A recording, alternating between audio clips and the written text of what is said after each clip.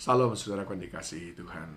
Kali ini saya mau mengajak saudara untuk membaca surat Paulus kepada Timotius yang dicatat di dalam suratnya yang kedua, 2 Timotius 1 ayat yang ke-6. Karena itulah kuperingatkan engkau untuk mengobarkan karunia Allah yang ada padamu oleh penumpangan tanganku atasmu, sebab Allah memberikan kepada kita bukan roh ketakutan, melainkan roh yang membangkitkan kekuatan, kasih, dan ketertiban.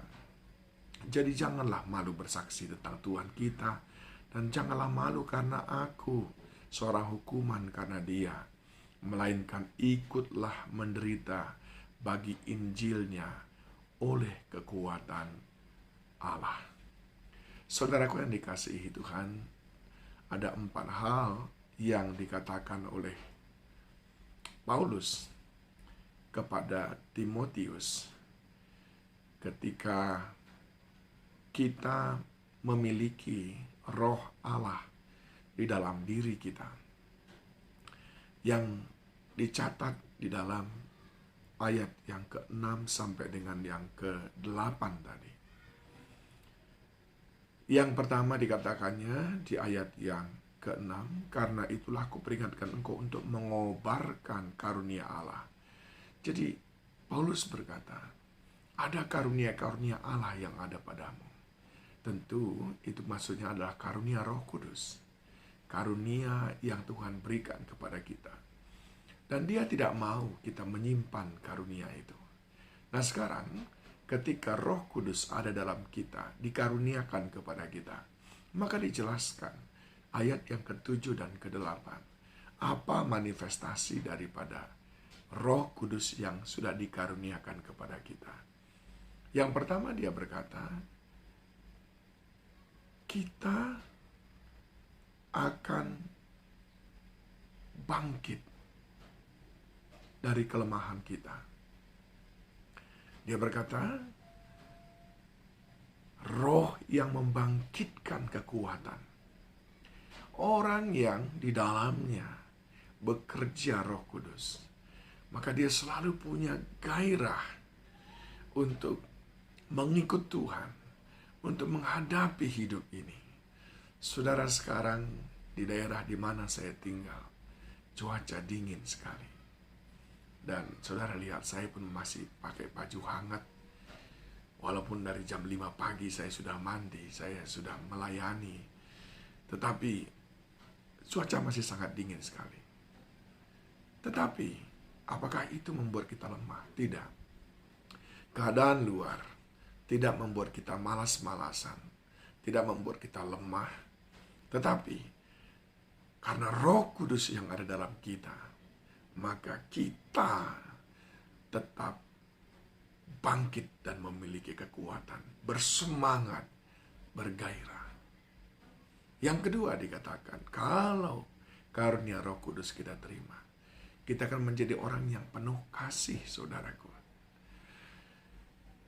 Paulus di dalam surat yang lain kepada jemaat di Korintus berkata, kamu mengetahui semua bahasa, kamu punya ini, punya itu, bahkan kamu membakar nyawamu, membakar tubuhmu untuk orang lain. Tapi kalau kamu tidak punya kasih, tidak ada gunanya. Dan Roh Kudus adalah roh yang memberikan kita kasih, membangkitkan kasih dalam diri kita.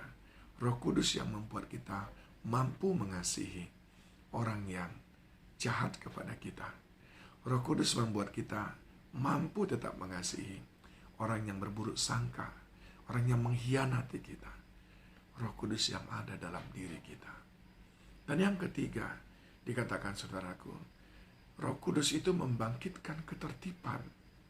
Ketertiban ini berarti orang yang sukanya itu berdamai.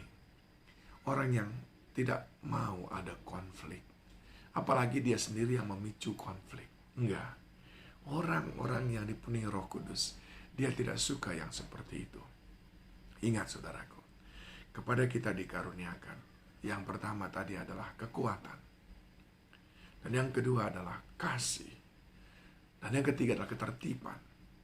Dan yang keempat, ayat 8, jadi janganlah malu bersaksi tentang Tuhan kita, dan janganlah malu karena aku, seorang hukuman, karena dia, melainkan ikutlah menderita bagi Injilnya oleh kekuatan Allah. Orang yang di dalamnya dikaruniakan Roh Kudus, dalam hidupnya ada Roh Kudus, dia memiliki keberanian untuk memberitakan firman Allah, untuk bersaksi tentang siapa itu Tuhan kepada siapapun itu, bahwa tidak ada jalan keselamatan selain daripada melalui Yesus Kristus Tuhan. Adakah engkau merasa Roh Kudus sudah ada di dalam dirimu? Jika demikian, kau memiliki 4 hal ini. Engkau akan menjadi pribadi yang memiliki kekuatan, sekalipun keadaan kelihatan melemahkan. Yang kedua, engkau akan memiliki kasih, sekalipun kadang-kadang kita tidak menemukan alasannya untuk kita berbuat kasih. Dan yang ketiga, engkau akan suka hidup tertib. Dan yang keempat, engkau akan berani memberitakan firman Tuhan seperti Stefanus, seperti Paulus, Petrus, dan hamba-hamba Tuhan yang luar biasa itu. Kiranya hari ini Tuhan menganugerahkan Roh Kudus. Tuhan memberkati.